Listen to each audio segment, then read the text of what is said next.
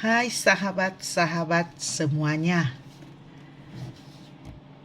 Saya bersyukur kepada Tuhan karena hari ini, pada kesempatan ini, saya boleh diberikan waktu untuk membagi pengalaman saya. Pengalaman di mana saya sulit untuk memahami orang lain. Tetapi dengan berjalannya waktu, saya bisa menjalani untuk bisa memahami orang lain. Nah, apa yang saya lakukan itu? Sebagai manusia biasa yang penuh dengan kedagingan, tentu sulit untuk melepaskan itu. Tetapi kalau kita setiap hari bisa tekun di dalam doa, tekun di dalam firman Tuhan, tekun mendengarkan firman Tuhan, pasti dengan sendirinya perlahan-lahan kita akan dikuatkan. Oleh siapa? Tentu kita dikuatkan oleh Roh Allah sendiri. Karena tanpa Roh Allah kita tidak bisa. Kita tidak mudah memahami orang lain. Contoh di dalam keluarga kita. Keluarga adalah komunitas yang paling kecil. Komunitas keluarga yang terdiri dari ayah, ibu, dan anak. Di dalam komunitas keluarga itu, kita diberi kesempatan untuk belajar memahami orang lain. Memahami suami, memahami istri, memahami anak, dan siapa saja yang ada di dalam rumah itu. Tidak mudah. Kadang orang sudah usia perkawinan, sudah sampai pesta perak maupun pesta emas dan perunggu, pasti masih ada saja yang tidak saling memahami. Apalagi teman-teman di dalam komunitas yang baru kita kenal.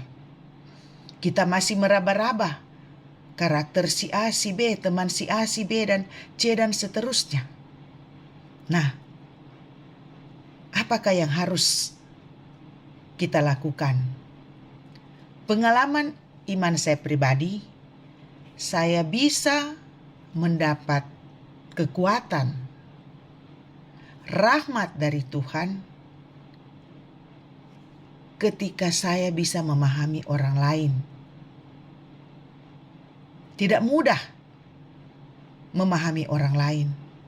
Memahami suami tidak mudah. Memahami istri tidak mudah. Memahami orang tua.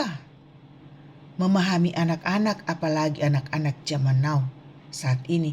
Sulit bagi kita orang tua untuk memahami. Apalagi kita mau memahami orang yang di luar keluarga kita. Siapa orang di luar kita? Tentu sahabat-sahabat kita dan teman-teman di dalam komunitas. Selama kita masih bernapas, tentu ada yang pro dan kontra. Tetapi pro dan kontra itu tergantung dari diri kita. Bagaimana kita menyikapinya, bagaimana kita memahaminya. Kalau kita bisa memahami komunitas yang paling kecil, yaitu keluarga kita, otomatis ketika kita berada di luar rumah, kita berada di luar halaman rumah kita, kita keluar dari rumah kita, kita sudah berhubungan dengan orang lain. Saya yakin kita bisa memahami siapapun, karena kita sudah terlatih memahami macam-macam karakter di dalam keluarga kita. Memang tidak mudah untuk memahami orang lain, tetapi jika kita bertekun dan taat, hidup dalam doa, hidup dalam firman Tuhan, mendengarkan firman Tuhan, pasti kita bisa merubah kedagingan kita perlahan-lahan. Tidak secepat, tetapi perlahan-lahan. Perlu suatu waktu dan proses di dalam memurnikan diri kita yang menjadi pengikut-pengikut Kristus. Untuk menjadi pengikut Kristus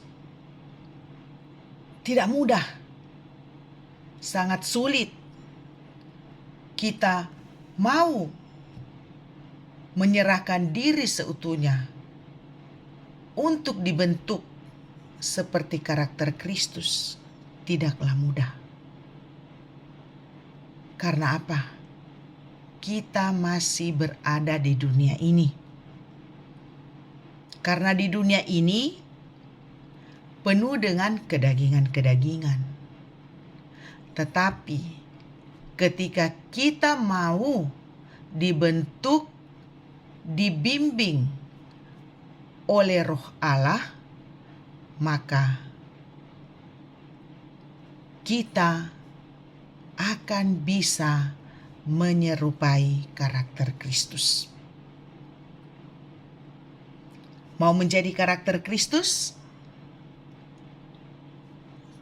Kita bisa lakukan lambat tapi pasti, dan janjinya kekal, yaitu sukacita serta damai sejahtera. Walaupun kita menghadapi segala macam tantangan, masalah, persoalan di dalam kehidupan kita, kita bisa melewatinya hari demi hari. Dengan apa? Dengan sukacita serta damai sejahtera.